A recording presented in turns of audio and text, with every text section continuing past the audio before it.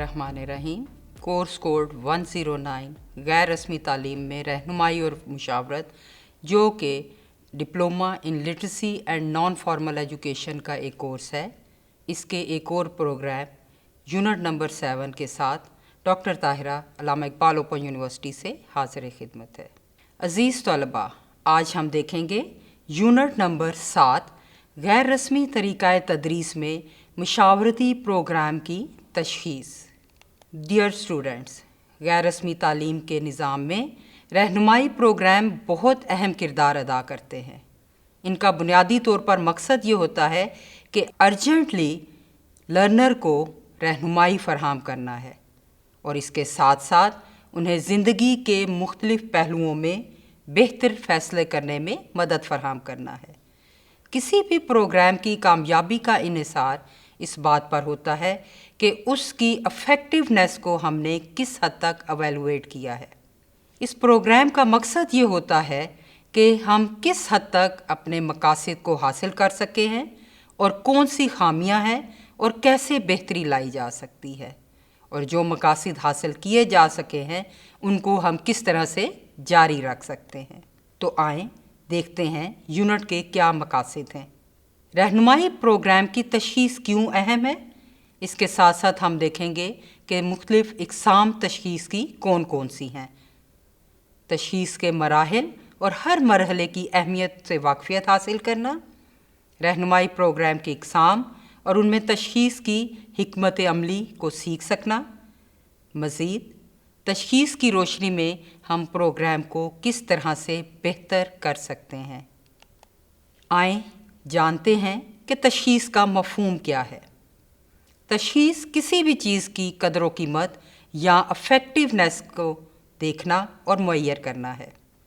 जब ये अमल रहनुमाई और मुशावरत के मैदान में अपनाया जाता है तो इसका मतलब होता है कि हम मुशावराती प्रोग्राम या रहनुमाई की खिदमात की जांच कर सकते हैं या ये चेक कर सकते हैं कि हमने अपने अहदाफ या गोल किस हद तक हासिल किए हैं और कौन से गोल ऐसे हैं जिनको हम हासिल नहीं कर सके या उसके लिए क्या बेहतर तरीक़ाए कार हो सकता है। आएँ अब देखते हैं कि एवेलुएशन की आम तौर पर कौन कौन सी इक़साम है जो हमें मदद दे सकती हैं।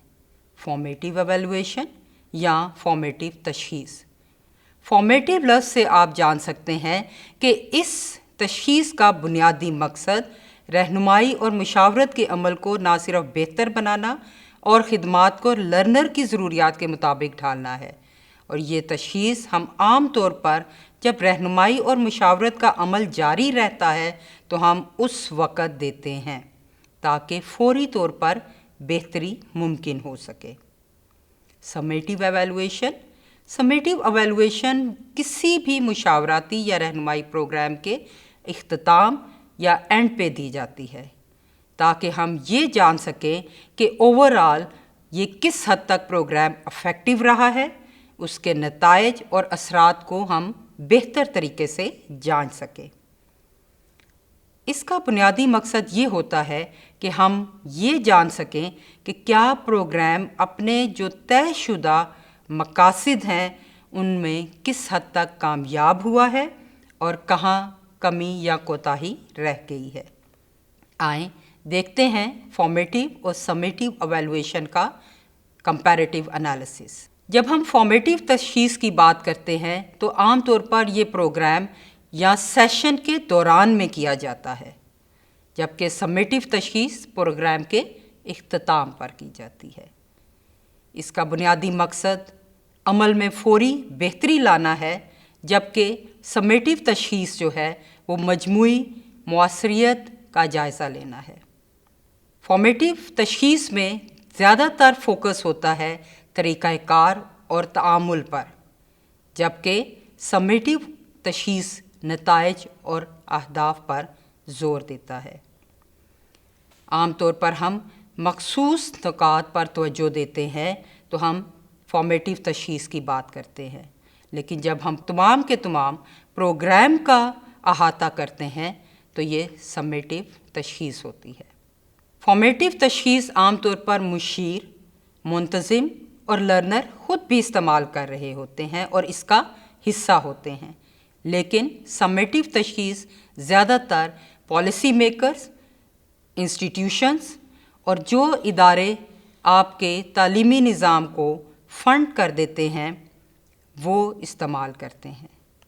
جہاں ہم نے فارمیٹیو اور سمیٹیو ایویلویشن کی بات کی، تو آئیں ہم دیکھتے ہیں کہ کوانٹیٹیو اور کوالٹیٹیو ایویلویشن کیا ہے، جس کو ہم عام طور پر مقداری اور معیاری تشخیص کہتے ہیں۔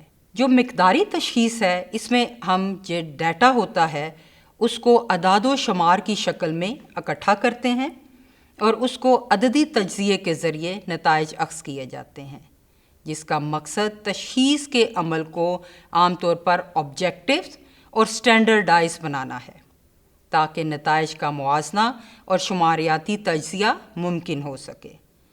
جب ہم بات کرتے ہیں معیاری تشخیص کی، تو معیاری تشخیص میں غیر عددی یا نان نومیرک معلومات ہوتی ہیں، جیسے تاثرات، تاثراتی بیانات، لرنرز کی ذاتی کہانیاں، اس کے ذاتی تجربات اور مشاہدات، اور وہ کس کانٹیکسٹ میں بات کر رہا ہے اس کو دیکھا جاتا ہے۔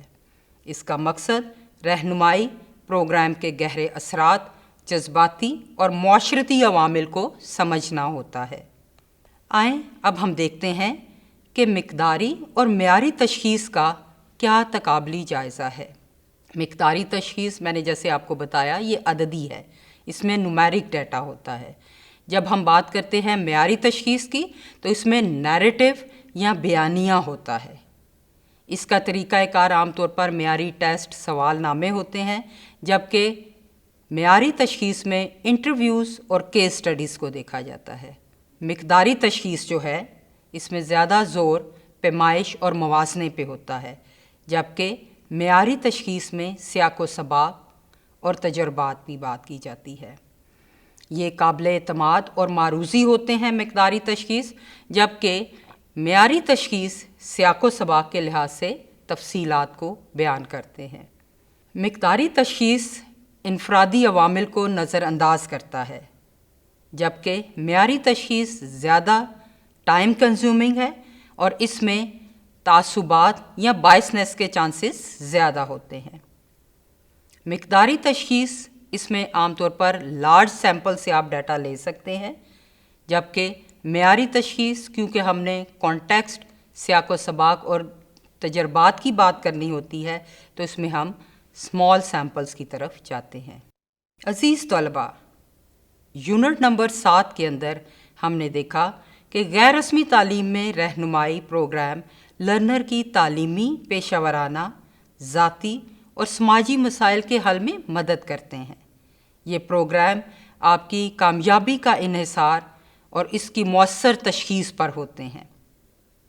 تشخیص ایک مسلسل عمل ہے جو خامیاں پہچاننے اور بہتری کے مواقع فراہم کرتا ہے۔ ضرورت کا تعین، آپ کے کون سے ڈیٹا کلیکشن ٹول ہوں گے، ڈیٹا کو آپ نے کس طرح سے کلیکٹ کرنا ہے، اس کو انالائز کس طرح کرنا ہے، اس عمل کے اہم مراحل ہیں۔ پروگرام کے مقاصد کے مطابق آپ تشخیص کے مختلف طریقے دیکھتے ہیں۔ یہ عمل طلباء کی ضروریات کے مطابق پروگرام میں بروقت تبدیلیاں بھی ممکن کر سکتا ہے۔ عام طور پر تشخیص شفافیت پیدا کرتی ہے اور یہ اساتذہ و مشیر کی حکمت عملی کو بہتر بنا سکتے ہیں۔ ڈیٹا کی کلیکشن میں کیا کیا مشکلات ہیں اور ان کے وسائل کی کیا کمی ہے، طلباء کی کم شراکت، یہ ایک اہم چیلنجز ہیں جو کہ آپ کی کتاب کے اندر تفصیل سے لکھے گئے ہوئے ہیں۔ جدید ٹیکنالوجی، طلباء کی رائے، کمیونٹی کی شمولیت اور تشخیص کو مؤثر بنانے میں اہم کردار ادا کرتے ہیں۔